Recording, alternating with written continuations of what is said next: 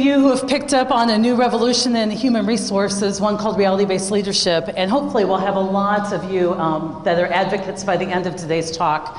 As I travel around and I talk to leaders, I ask them what keeps them from achieving amazing results, what keeps them from being outstanding leaders, the type that you're all hoping that they would become. They always give me two answers. First answer, they say, Cy, have you met my people? They are whiny. They have entitlement where accountability should be. They aren't motivated. They ask, what do I get, rather than focus on what can I give. And they absolutely suck this management team dry from all the drama that they produce. It's the first thing that they talk to me about. Secondly, they say, do you realize the circumstances that we're in today? From the recession to expectations of customers rising, to regulation increasing, to uncertainty increasing, to cost of goods sold increasing, to margins decreasing. And have you guys heard any of these lists in your employee relations offices? As I listen to their two answers, why aren't you producing great results? And they talk to me about their circumstances and about their people. I rarely have a leader tell me the reason I don't produce great results is I stink as a leader. Which actually is the only answer. Why do you have people that are entitlement mentality? Because you entitle people. Why do you have circumstances that are kicking your butt? Because you have not figured out how to succeed in spite of your circumstances. They talk to me about how challenging times are today, and it's not that our times are challenging today. We are in some dramatic times. We have been in the past, and I'll be psychic. Let me make a psychic prediction. There will be times in the future that we also have some challenges.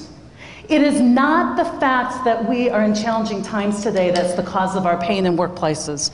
It is the fact that these times are exposing the lack of leadership that have been covered up with easy wins for the past 10 years. We have backed off of leadership, we have focused on managing, and we're paying the price. What we have taught leaders to do is simply not working. How many of you have hoped that this year they actually will complete performance evaluations and have conversations about them? How's that working for you? How long are you as HR going to use hope as your strategy? What we're teaching leaders to do that is not working, and they're not using it. So I want to talk to you today about a new philosophy of leadership. One, and a new role for HR, by the way, one that actually works. If you talk to people that are really adopting what we call reality-based leadership principles and putting those into their environments, into their workplaces, you will find that their results are much higher, quicker, and more sustainable than any of the results that you're getting today. So that's what I want to talk to you about, is reality-based leadership. We've got to get rid of the drama, ditch the drama, and restore peace to the workplace.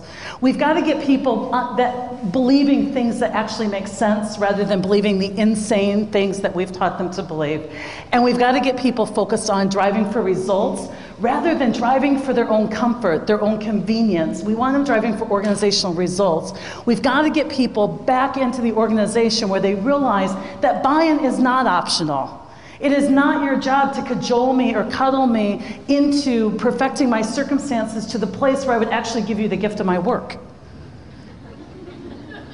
We need to stop coddling and trying to perfect people's circumstances and instead make sure we're bulletproofing the people so that they succeed in spite of any circumstances.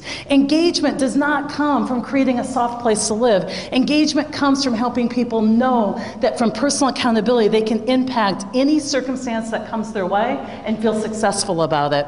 So I'm going to do a little bit of HR blasphemy. I hope I shock you just a little bit, and I hope that we give you some new tools that you can use tomorrow.